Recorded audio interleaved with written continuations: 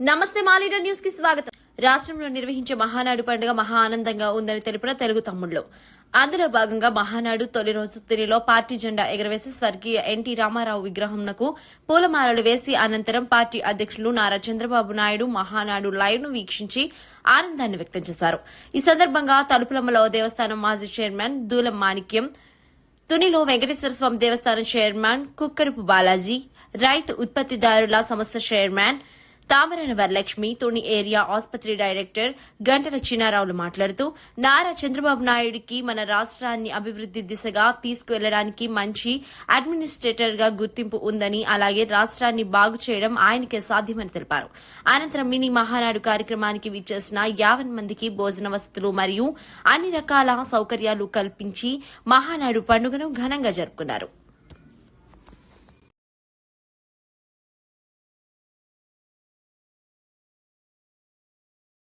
ప్రజలు ఆదరించారు, ఆశ్చర్యాలు. నేను చాలా ఎన్నికలు చూశాను.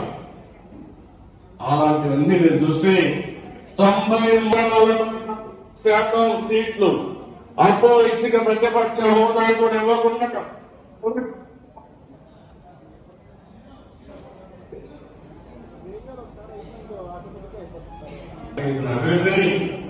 ఈ ఒక్క క్రమంలోనే పూర్తి చేస్తారు. మహానాడు అనేది చోట నెల్లూరులో మహానాడు పెట్టాలని చెప్పేసి నిర్ణయించారు. అయితే కేంద్ర రాష్ట్ర ప్రభుత్వాలు అందరూ నిమిత్తం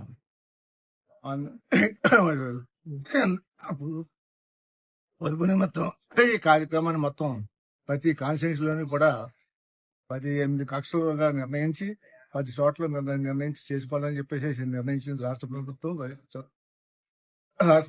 తెలుగుదేశం ప్రభుత్వం నిర్ణయించి ప్రతి చోట కూడా నిర్ణయించినందుకు కార్యకర్తలు అందరూ కూడా ఎంత ఉత్సాహంగా పండగగా ప్రతి చోట కూడా చేసుకుని సుమారు ఒక్కొక్క కక్ష దగ్గర 300-400 మంది జనం వచ్చి ఎంతో ఆనందంగా ఉత్సాహంగా ఎన్టీ రామారావు గారికి పూలమాల వేయడం, వారిని జోహార్ అర్పించడం అనేది జరుగుతుంది. అయితే ఈ కార్యక్రమంలో అనేక రకాలుగా కార్యకర్తలు కూడా ఉత్సాహంగా రావడం, ఎంతో ఉత్సాహంగా సొంత పండగగా చేసుకోవడం జరుగుతుంది. అయితే చంద్రబాబు నాయుడు గారు నాకు ఇప్పుడంటే ఆయన నేను కాంగ్రెస్ పార్టీలో ఉన్నప్పుడు కూడా ఆయన సంక్షేమ పథకాలు కానీ అంటే ఈ స్టేట్ అడ్మినిస్ట్రేషన్ చేయడంలో మంచి దిట్ట చంద్రబాబు నాయుడు గారు. అది మాత్రం నాకు చాలా సంతోషం. నేను ప్రతిపక్షంలో ఉన్నప్పుడు కూడా ఆయన కీర్తించుకోండి, ఆయన అభినందించుకోండి. మనిషిని ఎప్పుడు కూడా అభినందించడం మంచి పద్ధతి. అందుకు నుంచి కాన్స్టిట్యూన్సీలో దివ్యమ్మ గారు, రామకృష్ణ గారు ఈ సందర్భంగా అందరికీ కూడా 2 రోజులు రామకృష్ణరావు గారు అందరినీ పిలిపించి ఈ రకంగా చేసుకుని మన తాలూకాలో హైలైట్ చేయాలని చెప్పేసి కోరారు. ఆ ప్రకారంగా కార్యకర్తలు అందరూ కూడా ఉత్సాహంగా ఉండి రకరకాలుగా కొంతమంది కార్యకర్తలు, నాయకులు అందరూ కలిసికట్టుగా ఎక్కడికక్కడ చాలా ఆనందంగా చేసుకున్నారు. కాబట్టి చాలా సంతోషం. తుని పట్టణంలో 6-7 ట్రస్టుల ఆధ్వర్యంలో యనమల రామకృష్ణ గారు, యనమల దివి గారి ఆశీస్సులతో ఈ రోజు ప్రకాష్ వీధిలో మర్చెంట్స్ బిల్డింగ్ లో మహానాడు కార్యక్రమం తలపెట్టడం జరిగింది. 43 సంవత్సరాలు ఎక్కడెక్కడో జరిగిన కార్యక్రమాన్ని ఈ రోజు తుని పట్టణంలో కార్యకర్తల సమక్షంలో జరగడం, కార్యకర్తలందరూ కూడా చాలా ఆనందదాయకంగా ఉండడం, అలాగే ఇవాళ ఉదయం నుంచి కూడా ఎవరికి ఇబ్బంది లేకుండా మార్నింగ్ టిఫిన్, మధ్యాహ్నం భోజనాలు, సాయంత్రం స్నాక్స్ అన్ని రకాల ఏర్పాట్లు చేయగా, అలాగే లక్కీ డీప్ కూడా ఏర్పాటు చేసినాం. కావున తుని పట్టణ కార్యకర్తలందరూ కూడా ఈ 2 రోజుల మహానాడు కార్యక్రమంలో పాల్గొని ఈ ప్రోగ్రాం దిగ్విజయం చేయాలని ప్రతి కార్యకర్తని కోరుకుంటున్నాను. మహానాడు శుభాకాంక్షలు. ఈ మహానాడు కార్యక్రమంలో మరి ఈ మహానాడుకు ఒక ప్రత్యేకత ఉంది. మరి మన ప్రధానమంత్రి గారు నరేంద్ర మోడీ గారి ఆదేశాల అనుసారంగా మరి ఫ్యూల్ మన ఆదా చేయాలనేటువంటి ఉద్దేశంతో మరి ఆయన ఆదేశించడం, మనం జరుపుకునేటువంటి ఈ మహానాడులో అన్ని నియోజకవర్గంలో మరి తమ స్థానిక ప్రాంతాల్లో మరి ఈ మహానాడు కార్యక్రమాలు చేయాలనేటువంటి ఉద్దేశంతో మరి మన తుని నియోజకవర్గంలో మరి యనమల దివ్య గారు ఆదేశానుసారంగా 10 క్లస్టర్లు 10 చోట్ల మరి ఈ మహానాడు కార్యక్రమం అనేది జరుగుతుంది. ఈ మహానాడు అంటే ప్రతి ఒక్కరూ కుల మత భేదం లేకుండా అందరూ చేసుకుండే పెద్ద పసుపు పండగ. ఈ పండుగ యొక్క ముఖ్య ఉద్దేశం ఏంటంటే మనం చేసేటువంటి కార్యక్రమాలు ప్రజల్లో తీసుకెళ్లాలి, కార్యకర్త యొక్క భవిష్యత్తు ఎలా ఉండాలి, అంతేకాకుండా మన పార్టీ యొక్క ప్రతిపాదనలు, ఉద్దేశాలు అన్ని కూడా మరి ఈ మహానాడు కార్యక్రమంలో మన అధినాయకుడు మరి నారా చంద్రబాబు నాయుడు గారు, మన యువ నాయకుడు లోకేష్ బాబు గారు, అలాగే మన స్థానిక ఎమ్మెల్యే గారు యలమల దివ్య గారు, గవర్నమెంట్ విప్ గారు ఆదేశాలు ఇచ్చి మరి వాళ్ళ యొక్క ప్రసంగాలు ఆన్లైన్ లో ఇవ్వడం అయితే జరుగుతుంది. వాళ్ళ యొక్క ప్రసంగాలు విని మనం ఎలాగా మరి అవలంబించాలని ప్రతి కార్యకర్త కూడా ఇక్కడ నేర్చుకోవాలి. తెలుగుదేశం పార్టీ అంటే క్రమశిక్షణకు మారిపేరు. మనం క్రమశిక్షణ లేకుండా కానీ ఉంటే మరి ఈ పార్టీ మాత్రం ఎవరిని కూడా క్షమించే ఇది ఉండదు. మరి అదే విధంగా ప్రతి ఒక్కరూ కూడా క్రమశిక్షణతో ప్రతినిత్యం మరి ఈ యొక్క తెలుగుదేశం పార్టీకి ఎవరైతే పనిచేస్తారో వాళ్ళకి మరి భవిష్యత్తులో మంచి పదవులు రావడానికి కూడా అవకాశం ఉంటుంది. మరి అదే విధంగా నేను చాలా చిన్న వయసు, మరి నాకు ఈ క్లస్టర్ ఇన్ఛార్జ్ గా మరి 4 క్లస్టర్ ఇన్ఛార్జ్ గా మరి నాకు ఇవ్వడం, నాకు మరి అనేకమైనటువంటి కీలకమైనటువంటి పనులు కూడా మరి పార్టీ వారు నాకు అప్పచెప్తున్నారంటే మరి అది యనమల దివ్య గారు నా మీద పెట్టినటువంటి నమ్మకం. అలాగే విధంగా ప్రతి కార్యకర్త కూడా అనేక అవకాశాలు ఇవ్వడం జరుగుతుంది. ప్రతి ఒక్కరూ కూడా మరి ఈ తెలుగుదేశం పార్టీ యొక్క విధులు నిధులు అన్నీ కూడా మనం జాగ్రత్తగా మరి క్రమశిక్షణతో మనం ముందుకు పోతే మరి పార్టీ మనకు పదవులు ఇస్తుంది. మరి అదే విధంగా ఈ పార్టీని ముందుకు తీసుకెళ్లి మన యొక్క తెలుగుదేశం గొప్పతనాన్ని నిలబెట్టుకోవాల్సినటువంటి ఆవశ్యకత ఎంత ఉంది. అందుకనే ప్రతి ఒక్కరు కూడా అందరూ కూడా ఒక నినాదం, మరి జై తెలుగుదేశం, జై తెలుగుదేశం, జై జై తెలుగుదేశం, జై తెలుగుదేశం, జై తెలుగుదేశం, జై తెలుగుదేశం, జై తెలుగుదేశం, జై తెలుగుదేశం, జై సిబిఎన్, జై సిబిఎన్, జై సిబిఎన్, జై సిబిఎన్, జై లోకేష్, జై లోకేష్, జై దివ్యమ్మ, జై దివ్యమ్మ, జై దివ్యమ్మ. జై దివ్యమ్మ. ఈ రోజు మహానాడికి పిలుపునిచ్చిన మన స్వర్గీయ ఎన్టీ రామారావు గారికి, అలాగే పేదలు బాగుంటే చాలనే ఒక ఉద్దేశంతో ఆ రోజు మహానాయకుడు స్వర్గీయ ఎన్టీ రామారావు గారికి హృదయపూర్వక ధన్యవాదాలు చెప్పుకోవాలి మన అందరం. అలాగే వారి బాటలో నడుస్తూ మన ముఖ్యమంత్రి వర్యులు నారా చంద్రబాబు నాయుడు గారు వాళ్ళు కూడా పావుడికి రుణాలే స్త్రీ బాగుంటే చాలనే ఉద్దేశంతో ఒక స్థాపన చేశారు. వారికి కూడా హృదయపూర్వక ధన్యవాదాలు. అలాగే మన నారా లోకేష్ వారు మన విద్యాశాఖ మంత్రి వారికి హృదయపూర్వక ధన్యవాదాలు. ఇల్లు బాగుంటే స్త్రీ బాగుంటే చాలని, ఒక విద్యార్థి బాగుంటాలని చాలని ఒక ఉద్దేశంతో స్త్రీని ముందుకు నడిపించడం, అలాగే విద్యార్థులు ముందుకు నడిపించడం జరుగుతుంది. అలాగే మన వారికి నా హృదయపూర్వక ధన్యవాదాలు. అలాగే మన నియోజకవర్గం 43 సంవత్సరాల నుంచి మన పితామహుడు గురువులు మన పోరెడ్డి సభ్యులు రామకృష్ణ గారికి 43 సంవత్సరాల నుంచి పార్టీకి కీలక పాత్ర పోషిస్తున్న వారికి నాకు ప్రత్యేక ధన్యవాదాలు. అలాగే మన నియోజకవర్గానికి పూర్తి శాసనసభ్యులైన మన మహానాయకురాలు తుని నియోజకవర్గాన్ని తీర్చిదిద్దుతున్న నా హృదయపూర్వక ధన్యవాదాలు.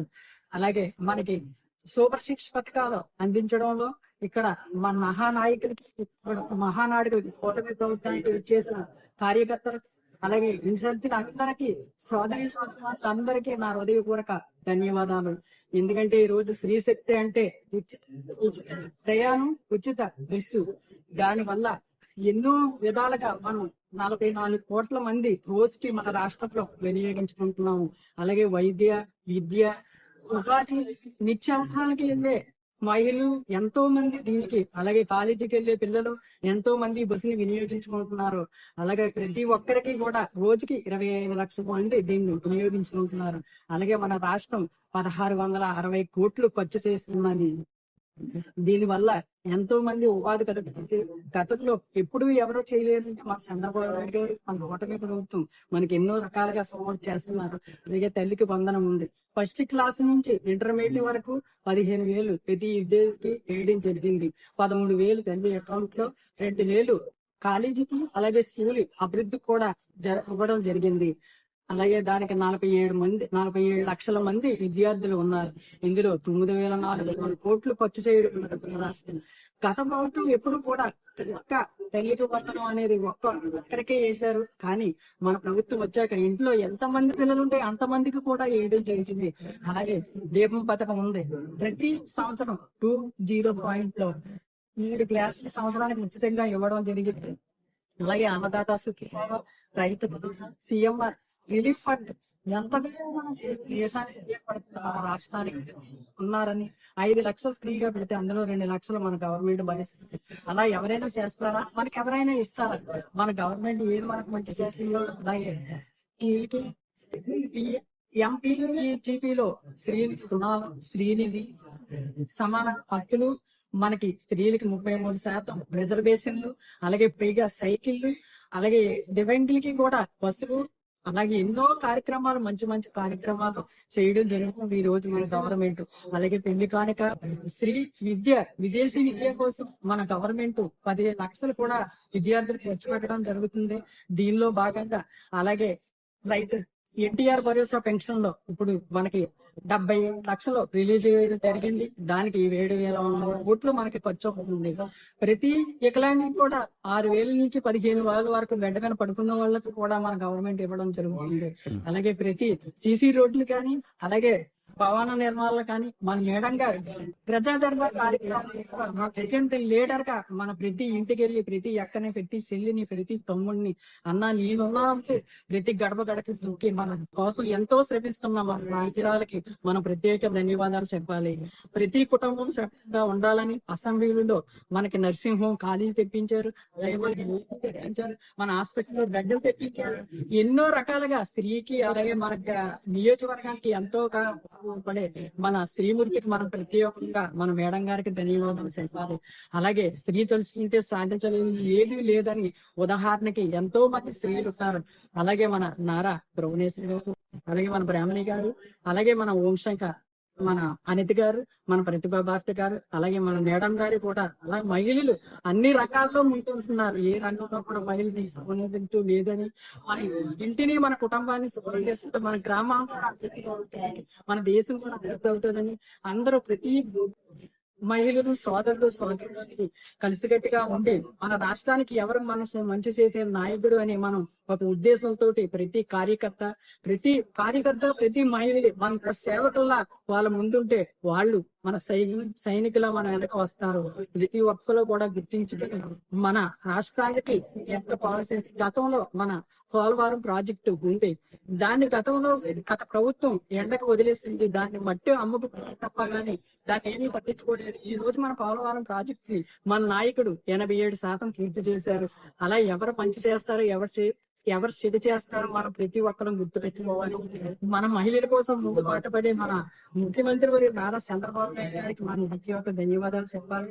అలాగే మన అభివృద్ధి కోసం మన మహిళలకి ఎంతో పెద్దపీట వేసిన మన నాయకుడికి హృదయపూర్వక ధన్యవాదాలు. అలాగే మన పెద్దలకి, మన రామకృష్ణ వారికి, మన మేడం గారికి, మన నియోజకవర్గాన్ని, మన రాష్ట్రాన్ని రాబోయే రోజుల్లో అఖండ మెజార్టీతో మనం గెలిపించి బయటలో ఉండి ఎప్పుడు కూడా ఎన్నడూ ఏ రాజకీయ పార్టీని కూడా కాకుండా మనం భావితరాల భవిష్యత్తు కోసం నిలబడ్డాలని, ఈ రకం ఐక్యతతో ఉండాలని కోరుకుంటూ అవకాశం ఇచ్చిన మీ అందరికీ నా హృదయపూర్వక ధన్యవాదాలు తెలిపి సెలవు తీసుకుంటున్నాను.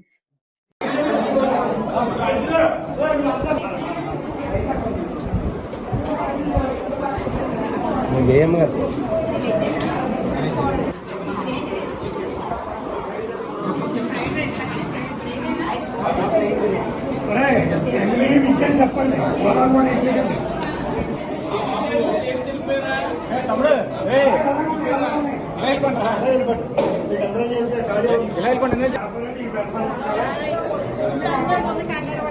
రెండు లైన్లు పెట్టద్దు, ఒక లైనే.